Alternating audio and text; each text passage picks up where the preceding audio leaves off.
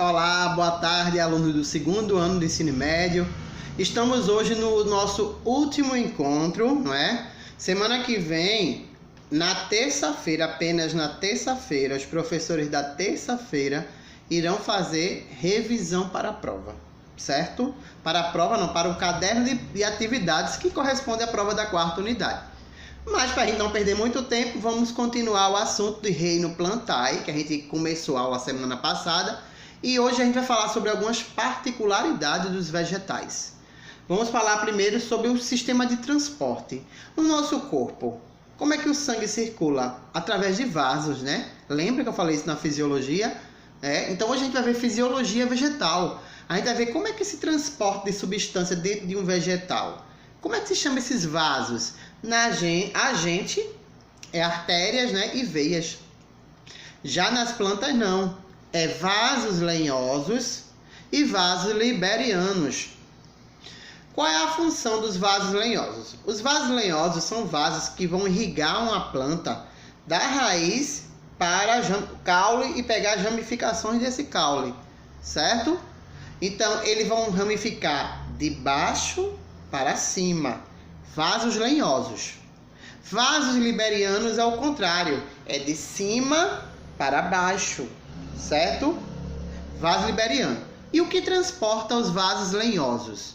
Dentro dos vasos lenhosos vão transportar a seiva bruta. O que é a seiva bruta? Água e sais minerais, que foram absorvidos lá pela planta, no processo de absorção pelas raízes.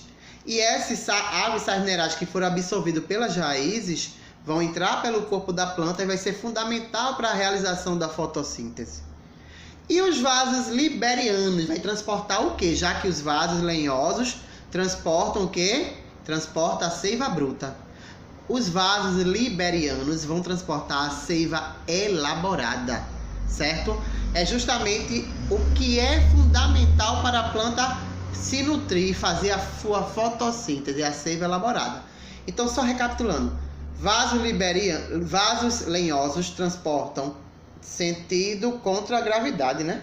E vasos liberianos, ó, para baixo. Lembrem disso que pode cair em prova. Saindo dessa parte de transporte, a gente vai entrar um pouquinho sobre as raízes. Qual é a principal função das raízes numa planta? Já falei em um agora, que é a absorção de água. A água vai ajudar com que os pelinhos da raiz absorvam melhor os sais minerais e os nutrientes que se encontram no solo, certo? E vai também hidratar essa planta, não é? Através da absorção. Existem dois tipos de raízes das plantas, né? Lembra-se que as angiospermas, elas são divididas em dois grupos. As monocotiledôneas e as dicotiledôneas. Uma raiz monocotiledônea é aquela que forma uma cabeleira, que a gente chama de fasciculada. É aquela que parece uma cabeleira, capim. Se você arrancar um capim, você vai ver que a raiz do capim não tem uma raiz central, certo? Então a gente chama de raiz cabeleira ou fasciculada. Já a raiz de, vamos dizer, um pé de acerola, pequenininho, se a gente for arrancar, a gente vai ver que ela vai ter ramificações e vai ter uma raiz central, que a gente chama de raiz pivotante. A raiz pivotante é aquela raiz central, certo? Saindo da raiz, sim, falar de raiz também, a gente vai ver que as raízes também são importantes para a nutrição nossa. Existem raízes chamadas os tubérculos, que são raízes essenciais, nutritivas, como batata doce, inhame, macaxeira, são raízes nutritivas para a gente, certo? Agora vem o caule. No caule, a gente vai perceber que vai ser o local onde vai transportar esses vasos lenhosos e liberianos. Também vai ter uma camada protetora para proteger esses vasos, né? Que a gente chama de casca, ok? Aí dos caules se ramificam, não é? Nas regiões que a gente chama de nó e entrenó. Então, sempre quando se forma um nó, vem a ramificação que forma o entrenó, certo? São as ramificações dos caules. Chegando nas folhas. Qual é a principal fundamentação das folhas? As folhas são essenciais para o mecanismo de transpiração da planta. Elas transpiram através da folha e também das trocas gasosas através da fotossíntese. É por ali que a planta faz fotossíntese, certo? Ela vai ter células, microcélulas, que só é vista microscópico, chamada de estômatos. Cuidado, é estômatos, não é estômago não, certo? Estômatos. Os estômatos são fundamentais para a transpiração e trocas gasosas. Entre os estômatos existem duas células chamadas células guardas, certo? Essas células guardas, quando a planta ela tem que não perder, transpirar para não perder líquido dela, as células guardas se fecham. E quando ela precisa transpirar, ela abre. Aí a planta realiza as trocas gasosas, ok? Saindo um pouquinho das folhas, vamos entrar na parte das flores. As flores são os órgãos genitais de uma planta. É ali que está localizado o órgão genital, não é?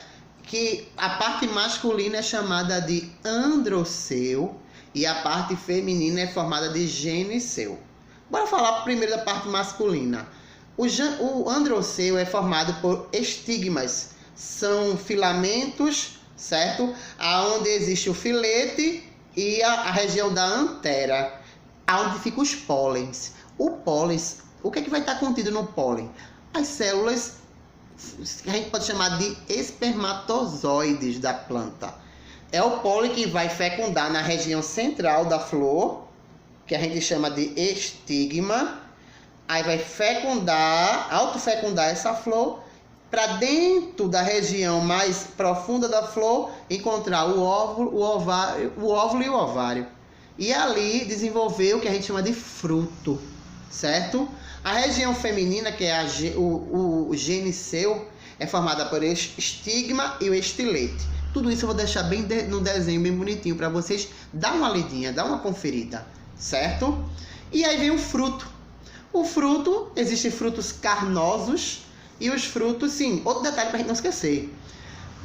O fruto é formado no útero, certo? Não, a semente é formada no útero, certo? E a parte carnosa da fruta é formada no ovário, ok? Tudo bem? Então vamos falar de fruto. Existem os frutos verdadeiros e os frutos falsos, que a gente chama de pseudofruto. O morango é um pseudofruto, que a gente pensa que aquela parte carnosa, vermelha, deliciosa, é o fruto. Não, o fruto são aqueles pontinhos pretos. Então o morango é um pseudofruto. Como o caju também. O caju, a parte que é o fruto, é a castanha. Que é aquela parte que a gente come e toma suco, não é o fruto, é um pseudofruto. O que é um pseudofruto? O pseudofruto é formado pelo receptáculo floral. É uma formação do receptáculo floral. Ok?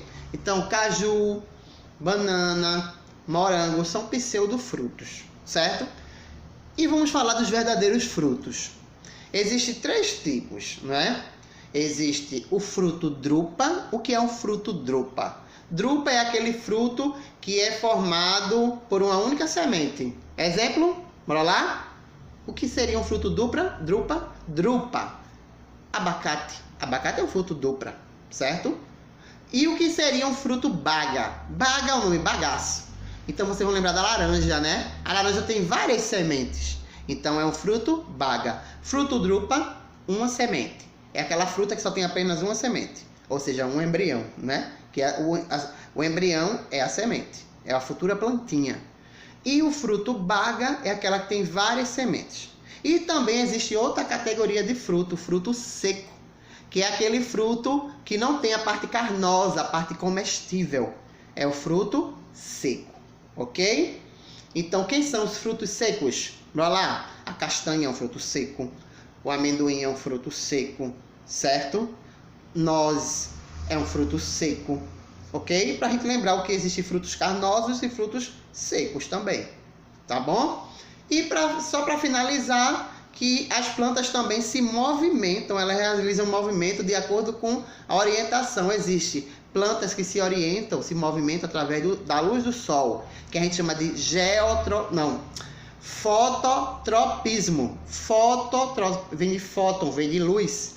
Então ela se movimenta. O girassol, ele se movimenta de acordo com a posição do sol. Ele vai estar ali posicionando de frente ao sol. Então, isso é um movimento das plantas. E geotropismo é aquelas plantas que se movimentam de acordo com a terra, certo? É de acordo com a terra que ela vai se movimentando. Em sentido da terra, não é em sentido do sol, ok? São os movimentos geotropismo. Então, são os dois tipos de movimentos vegetais: fototropismo, geotropismo, ok? Tudo isso eu vou deixar bem bonitinho, eu tô falando aqui, mas escutem esse vídeo quantas vezes vocês puderem, que é uma mega aula sobre reino vegetais, a gente entender um pouquinho sobre as plantas. E olha que tem muita coisa a ser falada, mas só que a gente tem pouco tempo, a gente não pode expandir muito para não ficar aquele vídeo denso, não é? Então agora vocês vão fazer atividades inerentes a este assunto, certo? Semana que vem, revisão, só atividade de revisão, certo? Lembrando que semana que vem só é revisão de biologia, química e física. Por quê, gente? Por causa do feriado, dia 8. Que a semana que é de revisão mesmo é a que tem um feriado. Pra gente tem que, aí, biologia, química e física vai ter que antecipar a revisão, se será semana que vem. Mas as outras matérias vai ser ainda daqui a 2 semanas, tá bom? Então, boa atividade. Vejam esse vídeo várias vezes, é importante para vocês fixar essa questão das plantas, ok? Uma boa tarde e qualquer coisa eu tô aqui, tá bom? Tchau, tchau.